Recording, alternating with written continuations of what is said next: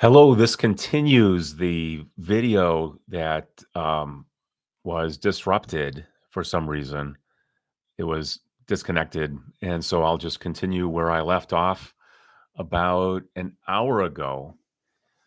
Um, so the main question that I'd like people to respond to is, what are you struggling with in English? What are the problems that you're having, or if there are any questions that you have regarding English, grammar, writing, pronunciation, that sort of thing. If you're interested, you can take a look at the first part of what I'll consider one video, but this is really the second video for today. And if this doesn't work, then I'll try another day. Um, So I'm waiting for people to arrive and ask questions.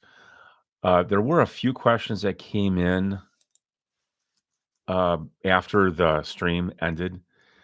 One student was asking about the word tend. So I guess that's a good place to begin. I think I know why he was asking about that word.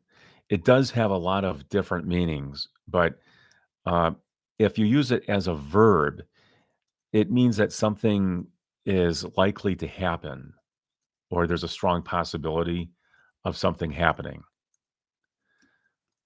or there's a pattern of behavior. So if I make a sentence with tend, I tend to um, I tend to go shopping in the afternoons. So that's what I usually do.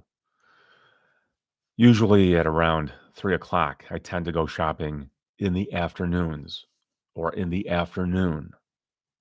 You don't have to use the plural.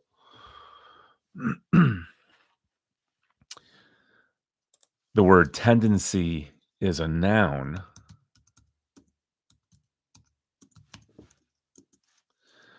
If I used the word tendency, then I would say I have a tendency to go shopping. That would be grocery shopping in the afternoon.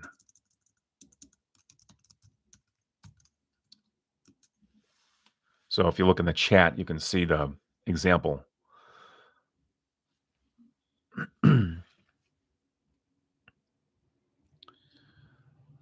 Nuritan says that he's struggling with watching movies. And I assume that means that you're having trouble following what's happening in the movie. And that's a pretty common experience that moviegoers have when they watch movies in any language other than their own. I think everybody has that problem. My advice is just watch more movies. That that's about as easy as it gets. Just watch more TV, watch more movies, um, turn on the closed captioning. I think that's a, a good idea. But it's just a matter of constantly listening to what somebody says. And as I mentioned in the previous video, the more exposure you have to different kinds of pronunciation, I think the better off you'll be. If it's, for example, a cartoon, a kid show, commercials on TV, um, listening to old forms of English whenever they appear. British English helps. Even if your interest is in American English, that's where it all started. So I think British English is a good place to go as well.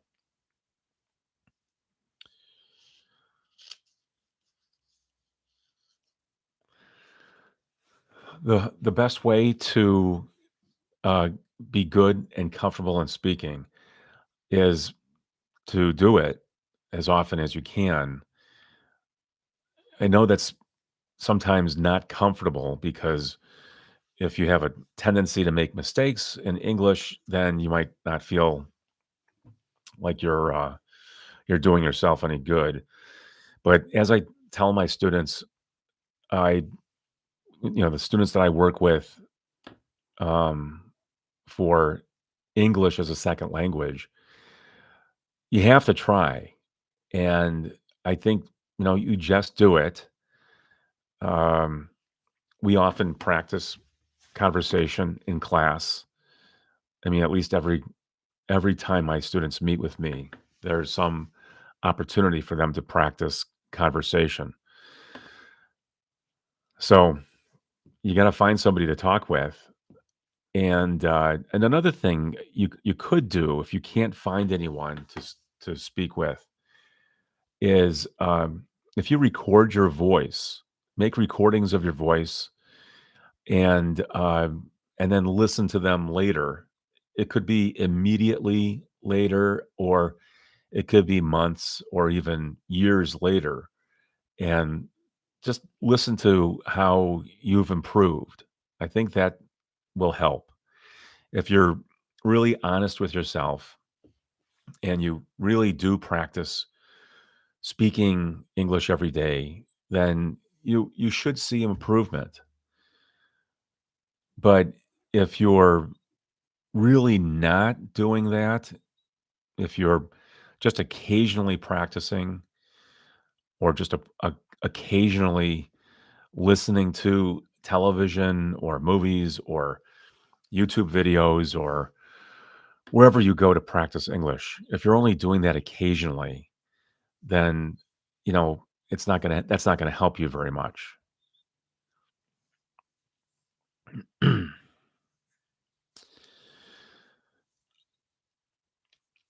There's a student who lives in the UK and struggles to understand English speakers.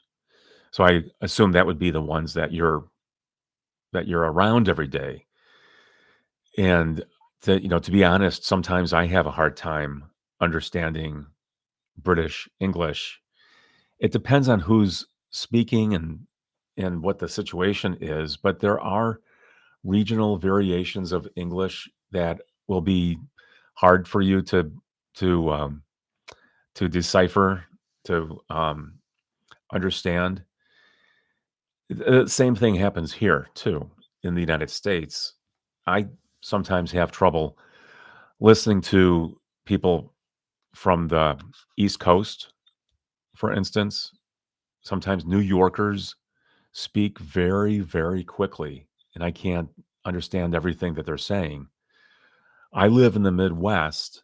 I live in Minnesota, Minneapolis, Minnesota, and the people here speak a very standard American English. It's the kind of English that you're likely to hear on television and radio, and so I think it really depends on where you are living. If you're having trouble understanding native speakers, still you have to try, despite having trouble understanding people who speak British English. Sometimes uh, you just really have to listen hard and try to figure out what they're saying. Reading helps too, because reading will help you, when you receive the written word in your mind. I think it'll help you hear the word when you're listening. I think reading and listening go together. That's one reason why on some of the videos that I make, you'll see the words I speak exactly as they're spoken or close to it.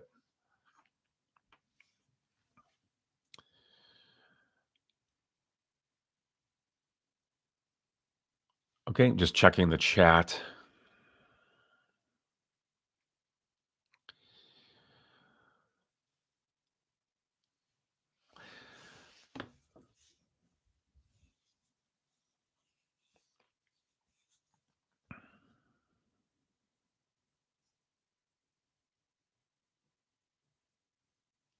Yeah, reading out loud, reading loudly, that allows you to listen to what you're saying as you're saying it. And then I think recording that is a good idea. Read something out loud and perhaps record it at the same time. And just that will help you get a sense of what you sound like.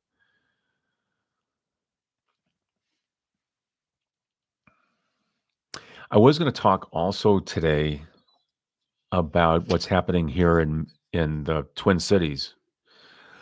When I say Twin Cities, I mean Minneapolis and St. Paul. This area is often referred to as the Twin Cities because there are two very large cities right next to each other.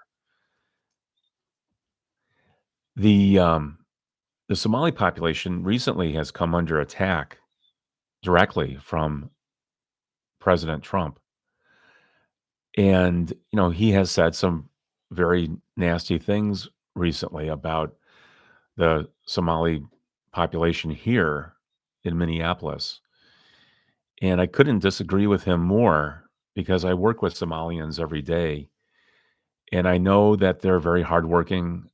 Um, they they do all they can to improve their own lives, the lives of their families, and I trust them. You know, I never have had a problem with somebody who is Somalian. There were some recent incidents that happened among a group of Somalians here, and that was an isolated situation that doesn't reflect the 80,000 or so Somalians who are living here. There was some fraud committed by, I don't know the number, I think somewhere between 20 to 30 people of Somali descent. It was a large group, and it got a lot of attention in the media, and it is something that should never have happened. We don't want there to be fraud committed against the people of Minnesota. Nobody wants that. But those people who perpetrated those crimes were arrested, and now they're all waiting for their time in court. Some have been sentenced, some have gone to jail. The money that was taken was recovered, not most of it. I think there's still a lot of money that's outstanding. It's a terrible thing, but that happens when you trust people. And then, you know, in this case, they broke our trust in them, but that's a small group. So you have to compare that to the larger group, 80,000 other people who live here in this case. But ICE has made an appearance here in the Twin Cities and is determined to disrupt the lives of citizens, Somalian American citizens here. They seem to be determined to make life difficult for them, as they have been for the last few days. So, just wanted to say that I really support this particular group, as I do other immigrant groups who have come here from Mexico, from China, from Vietnam, from the Middle East, from Latin America, from really all over. It's, my life's work has been, the majority of it has been spent working with people who speak English as a second language. And of course, that means people who have immigrated here because I don't go to the individual countries to teach. They come here and I work with them. So, what's my hobby? My hobby is guitar. I like playing guitar. I'm very interested in it. I'm not especially good at it, but I'm interested in it. I find it fascinating. I like the look of it. I like the sound. I have a couple amplifiers right here, as you can see, but I also play the acoustic guitar. But I have a Fender Stratocaster. This is the the main guitar that I play. It's a Mexican Strat, and I just I find it really, really interesting, fun. It's a good opportunity to meet other people and play guitar.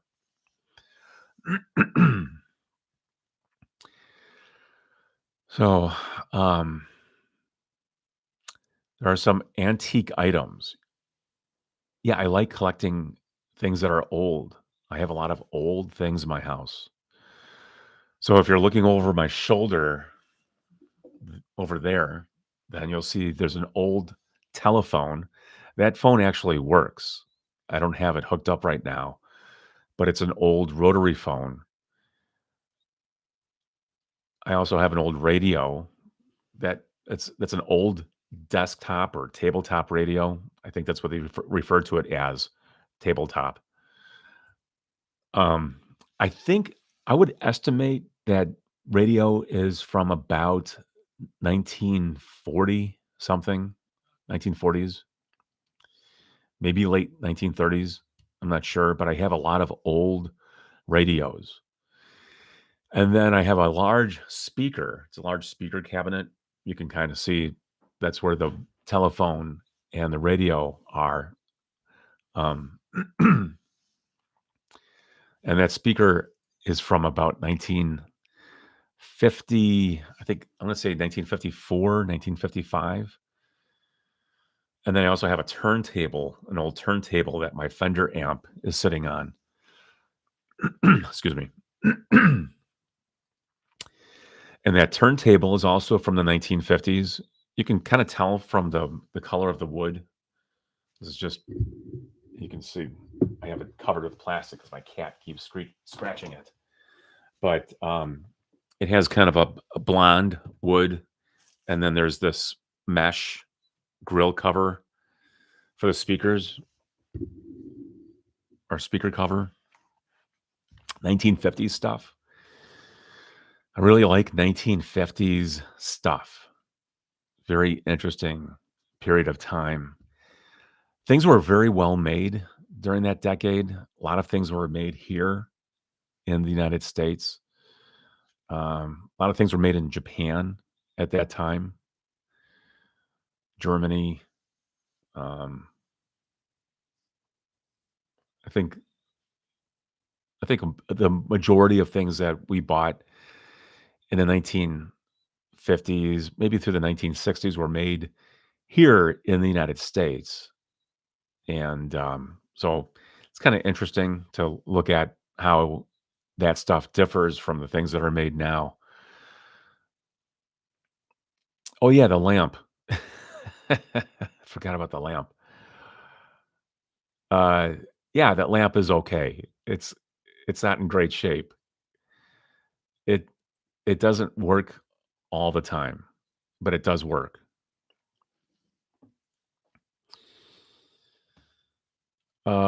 I was going to refer today also to a video that I made for my other channel. That's English for the Planet on YouTube. It matches the website englishfortheplanet.com. You can go there too. But I made a video today for the L sound. That's the final L sound that you hear in words like tall, tail, tell. Some students have a real hard time with that L sound. That's the final L. And uh, of course, that sound is made by putting your tongue behind your upper teeth, kind of touching the roof of your mouth right there. L, L, L, towel. Students from, I have found that students from Asian countries, Japan, China, Vietnam, they have a lot of trouble with that sound. But, it could be you too. are you might be having trouble with it. So I made the video.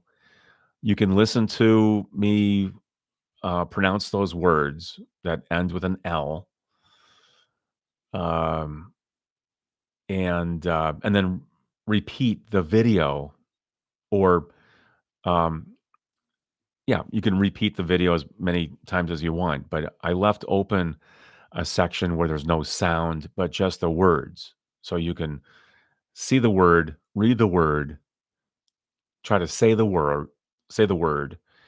Uh, Maybe you can have a recording device on and see how close you come. You'd have to have your own recording device on to do that. But that's one way, I suppose, of practicing pronunciation on the internet. My methods are crude because I don't have the technological expertise to put some of these things together. But I think it still works. It's the way I do it.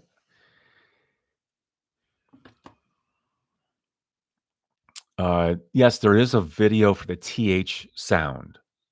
So I made one for the unvoiced TH, with, through, and then the voiced TH as well. There, bathe. Those are two words that end with a voiced TH sound.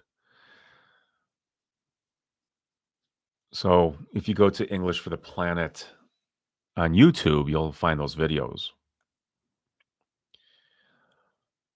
I do answer questions if I can, if I see one show up that I I feel comfortable answering. I don't always feel comfortable answering really personal questions. I don't think that there's a place for that here, to tell you the truth. It's better to focus just on English, but it's okay to keep it conversational. If you ask me just any sort of routine, normal question, I'll try to answer it if I see it show up on the feed.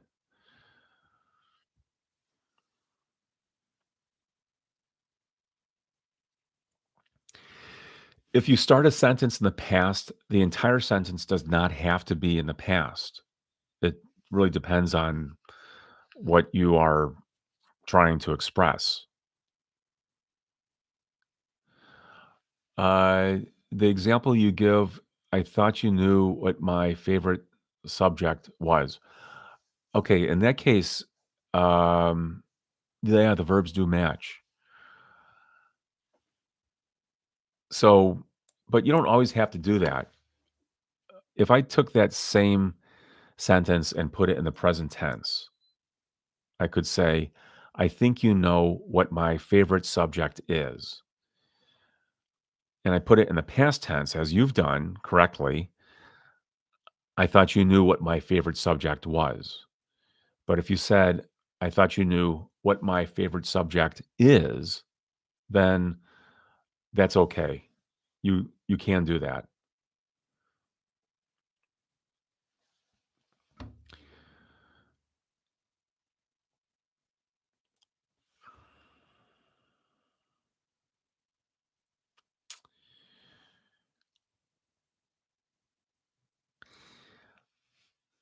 So the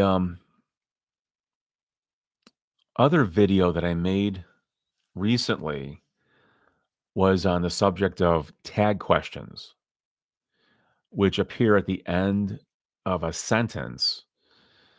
You start with a sentence and then you can convert it into a question using a tag question. So if I say something like,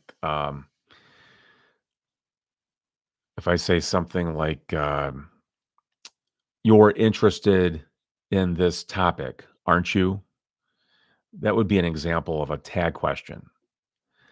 I asked the tag question because I want to know for sure if you are interested. And even if I already know the answer to the question, I can still ask the question. You're interested in this topic. aren't you? Or if my voice goes down, then it expresses a more certainty about what I have to say in that first sentence. You're interested in this topic, aren't you? Aren't you? And the voice goes down, and that expresses more certainty in what I believe.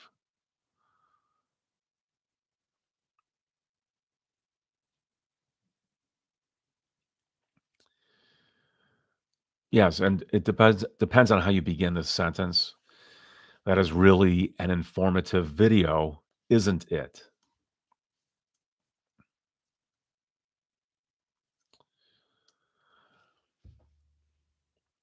Okay.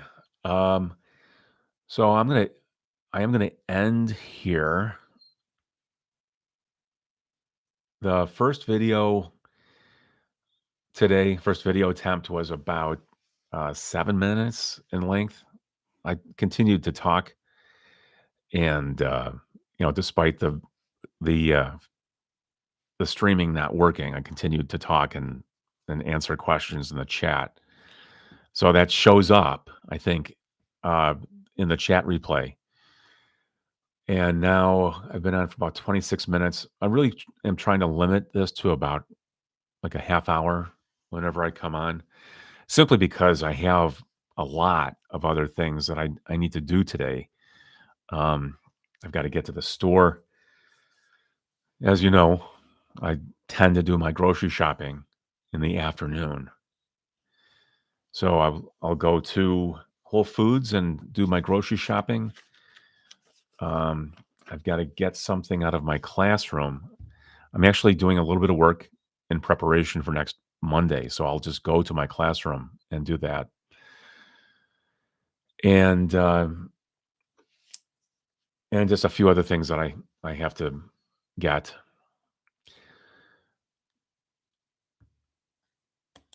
I have to shovel the snow.